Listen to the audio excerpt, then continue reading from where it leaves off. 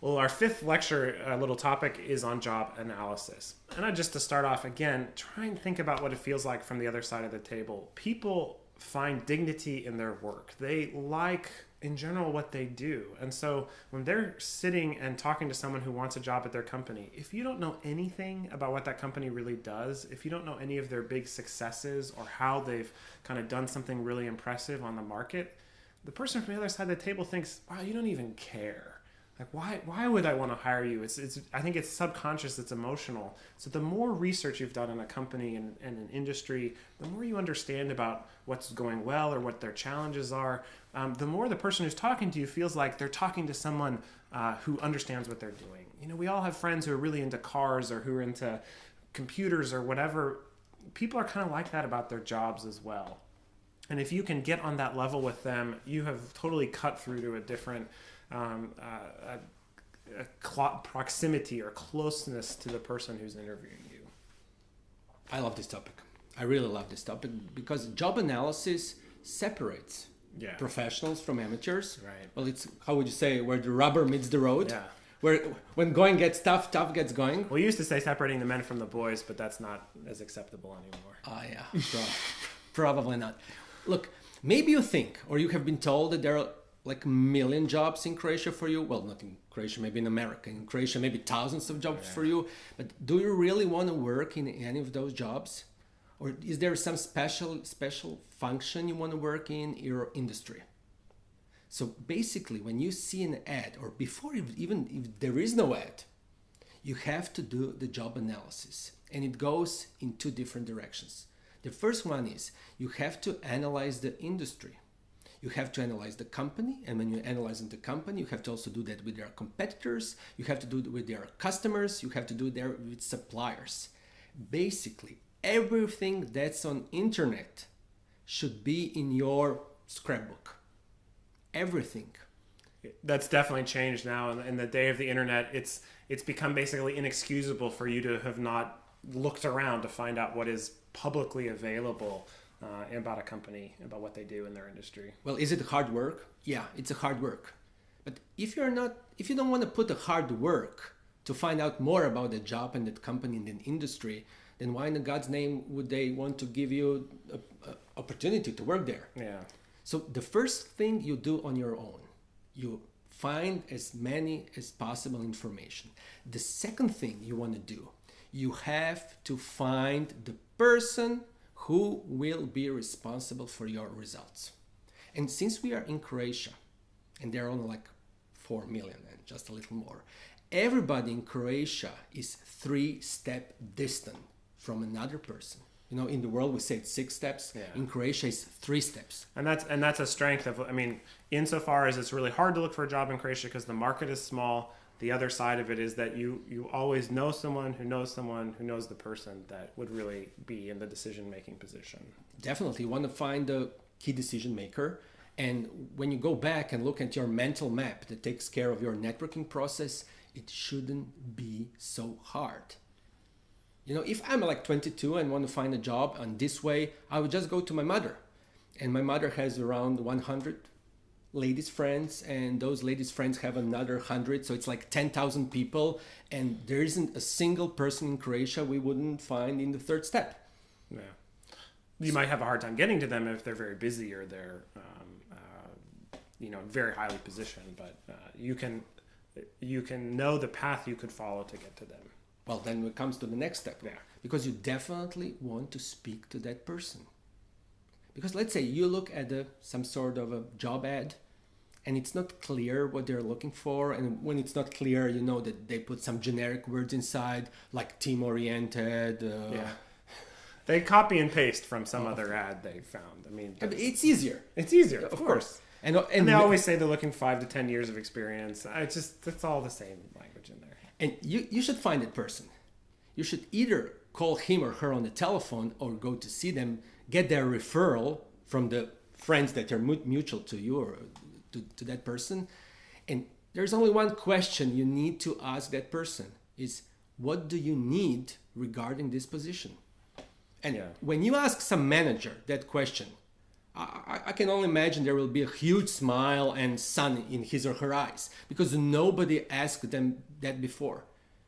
It's kind of like going to see your professors during their office hours. They're always there, they're always available, and yet professors in the University of Zagreb will tell you hardly anybody ever comes. Students seem terrified to come, and professors remember who actually would ever show up at those office hours. You so quickly identify yourself apart from the crowd by taking steps like that. And it could be also through an email. I mean, depending on the industry, you try different things to get through to someone and make an impression. So let's put an example. You actually call this manager on the telephone and say, "Is this Mr. Sharp?" And he says, "Yeah." And you say, "I'm calling about the ad that your company put on the internet. I'm interested in that position. Would you have like 15 minutes to talk to me?" And he says, "Well, I'm pretty busy. Why don't you go to talk to the HR?" Yeah. That's like a normal response. Yeah, right. And then you would grab the table, right, and put the telephone and very firmly says, "Sir, who is responsible for the results of your work and my work? Would be that you or HR?" And definitely you will get an intention. Yeah. And when you're calling people you don't know, it's very good to write down what you want to say and really expect it's going to be a short phone call and say, "Do you have a moment to talk?" And then honor their time. Have a couple of very focused questions and say, "Thank you for the input. I hope you remember my name is Fran Mikulicic. Goodbye." You can be short and effective, but you still make a deep impression on the person by the initiative you took. And now when you do have that telephone conversation or meeting in person, now you have to show. You have not to tell, you have to show that you know how to do that job, how to perform that work. And how will you do it? Of course, you did your analysis. If there are a couple of questions, like generic questions, you're not sure who is the competitor, where are the problem on the market, you will ask. The question you ask will show how much information you do have and your knowledge on that topic. And you have to remember there are only 3 questions a manager who is responsible for your work will ask himself or herself. Number 1, can you do the work? Number 2, can you do the work the way I want you to? And the third one, can you do the work profitably for the company? Yeah. If you know the answers on those 3 questions, then please don't wait in the line. Don't be the sheep.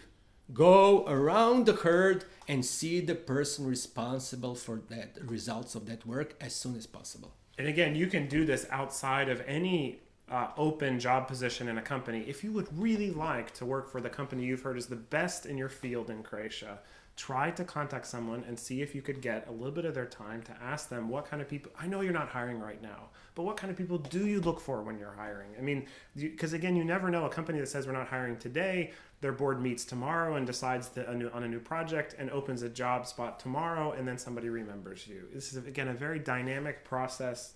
Do what you can to show yourself as different and make it about them. This is not a time when you need to bring out your resume and start trying to fumble through some presentation of what you've done. This is you showing initiative as a learner, a person who wants to advance. And it's like, I'm really curious, how do these things actually function? I mean, what distinguishes an elite hotel in Croatia from one that's not doing that well? What are the challenges right now? My professor said it's this. Do you find that to be true? Showing that kind of interest is just such a powerful thing for someone who's already in the industry. Well, I just want to add, you said like, what kind of people are you hiring? Yeah.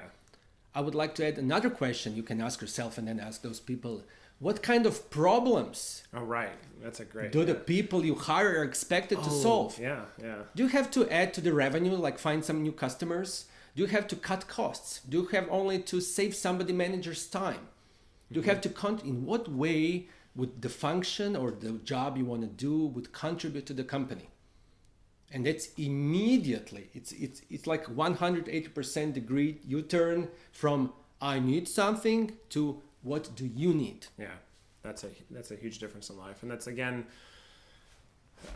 just so different from the normal attitude or sort of aura almost that someone gives off when they're looking for a job is, you have something to offer. I need, maybe you could offer me what I need, but it really should be the other way around. I have something to offer to you as a prospective employee. What do you need that I can help with? I understand here at the end that there would be a lot of fear of rejection on Yeah. your side, definitely.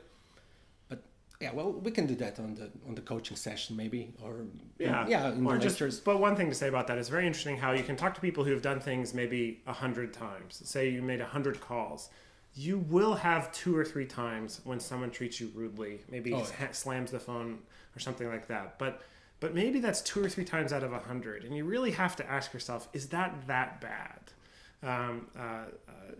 If you get through to a whole bunch of people and some of them are actually really, really helpful, it's worth it to kind of put up with a little bit of the shame of kind of being rejected. There will be some rejection along the way in the process, but if you keep going, you will come to some really incredible opportunities as well that you never would have gotten if you had been passive. Well, if you wait like a sheep, you will be rejected anyway. Yeah, that's true. That's one way to think about it. So, well, in Croatia, we have that saying in Croatian, so I will say it, like, navik on zgine, ne, navik on živi, ki zgine pošteno.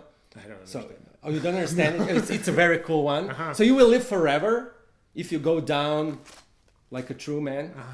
Okay, great. So this is the way to go. Don't wait in the line. Don't be a sheep.